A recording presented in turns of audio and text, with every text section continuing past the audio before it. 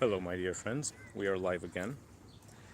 I was thinking of making another comment regarding the channel that I was mentioning, the Chinese geopolitical YouTuber called Awakening Richard. So there's something that he also became struck by, and that he details in one of his episodes. He has various European friends from Eastern Europe as well as Western Europe. And he became struck by the level of groupthink and by the adherence to the American narrative that is in this part of the world. So basically, it's the strongest, especially in Eastern Europe. It is the strongest adherence to the American narrative and the weakest, let's say, weakest level of critical thinking, which would actually involve seeking out other explanations for things, seeing how various arguments compare against each other, what's their factual base. But again, rather than doing that, even though officially we score highest in the world in terms of education levels, in terms of so-called media literacy and so on, allegedly we have good philosophical education that incorporates a lot of this critical thinking and argumentation and stuff. Actually, from direct experience, I can tell you that the way we use it, from speaking to my friends who should have known better, from discussions with highly educated people here in Eastern Europe, how we use this critical thinking skills and this argumentative abilities, as the proverb goes, as the, well, let's say, pun goes. Why does the drunkard look for the keys underneath the light pole? It's not because he lost them there, it's because that's the only place where there's some light. So from that came an adage that people who have studied statistics are probably aware of, that bad research is using statistics like a drunkard uses the lightning pole, not for illumination, but rather for support. So we in Eastern Europe, or in Europe in general, we fall prey to the same tendency. We do not use our critical thinking skills and our argumentative abilities in order to discern the truth, but rather we use them to argue for the narrative that we have already chosen emotionally, and to seek out arguments for it, even sophistic arguments, even just fallacies, plain old fallacies, basically to uphold the narrative that we adopted and that we stand by by any means necessary. So, for example, Richard was talking to some Finnish friends of his when Finland decided to join NATO, and he was telling them that it's kind of a stupid thing to do, to give up your entire autonomy, because Finland used to be a neutral country. So to give up your entire autonomy whilst you are neighboring the biggest country on the planet, which is currently engaged in a proxy war against the West, it's kind of dumb to actually become from being neutral to become an opponent. So to join the military alliance that opposes it, especially because you're the neighbor. So Richard was correctly, in my opinion, arguing that it will be used as a proxy, another proxy against Russia, just like Ukraine is being used. And of course, the Finnish friends that he was talking to, that he was trying to convince, they were all in that same American paradigm. It wasn't really a logical chain of thought. It was more like, no, but Russia is evil incarnate, and we have to do whatever it takes to defeat Russia. And basically, if the Americans had told them that they have to stick, cucumbers up their asses in order to defeat Russia, they would have all patriotically stuck cucumbers up their asses, and whoever said otherwise was a Putin puppet.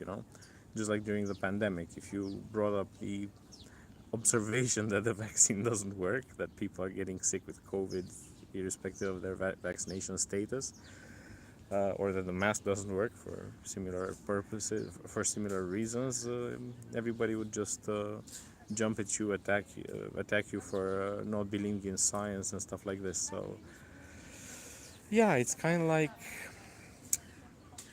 people are brought mentally into these narratives. They fall prey to these narratives for all sorts of emotional reasons that have to do with all this propaganda that was implanted in their brain for decades about various actors,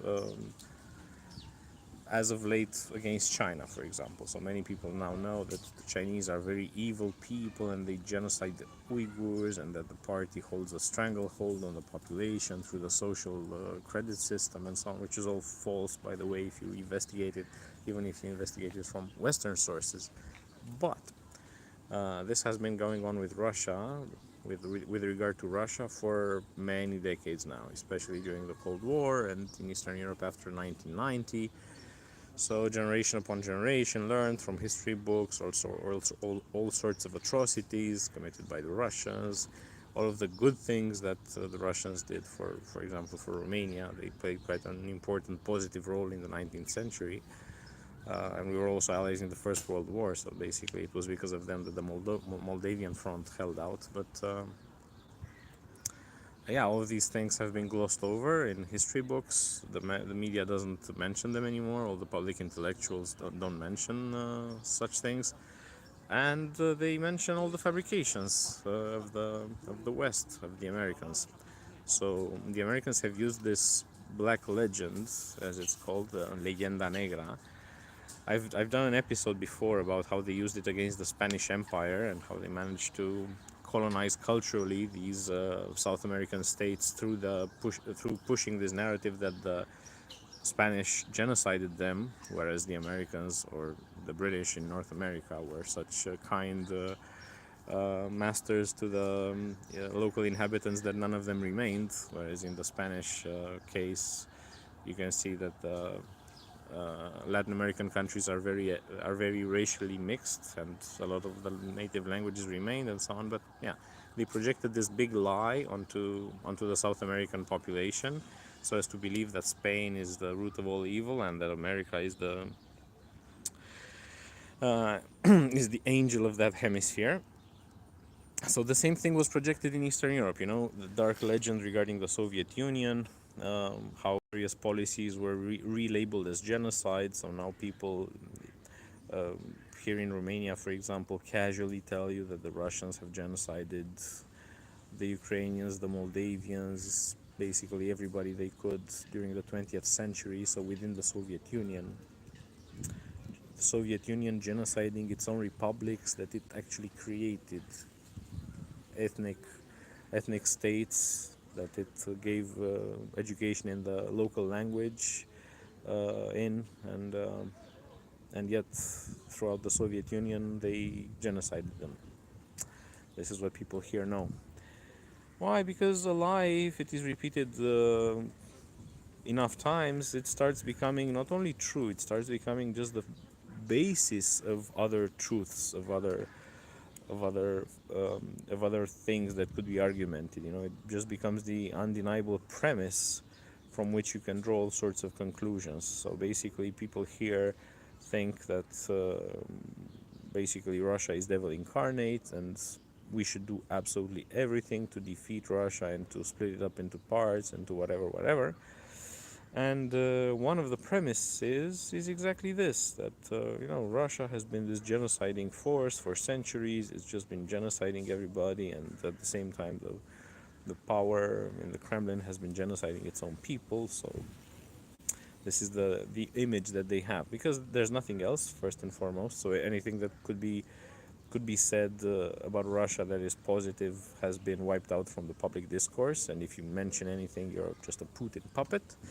And yeah, all the bad things that the Americans invented during the Cold War are just inalienable truths. So yeah, this is why people do not think rationally regarding this topic, because yeah, once you start from the premise that the other party is completely evil and insane, and it's like a rabid dog that if it's not on a leash or put down, as even Biden said, if Putin is not put down, or yeah, the Kremlin elite is not put down and replaced with some American puppets, then they're out to get you. You know. So this is what's in the inner layers of people's thought. Of course, they will argument. They will try to present all sorts of